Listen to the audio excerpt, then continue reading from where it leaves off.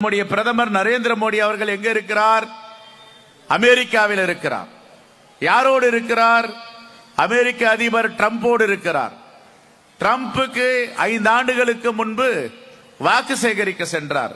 உலகத்திலேயே ஒரு நாட்டு பிரதமர் இன்னொரு நாட்டு தேர்தலில் கலந்து கொண்டு இன்னொரு நாட்டு அதிபருக்கு வாக்கு சேகரித்த விசித்திரம் வரலாறு நரேந்திர மோடி அவர்கள் செய்தார்.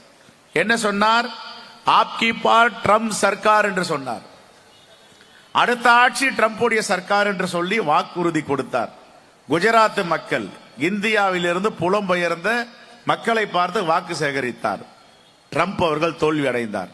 அப்பொழுதே முடிவு செய்தார், மோடி எதை தொட்டாலும் தோல்விதான், இனிவரும் காலங்களில் அவர் அழைக்க கூடாது.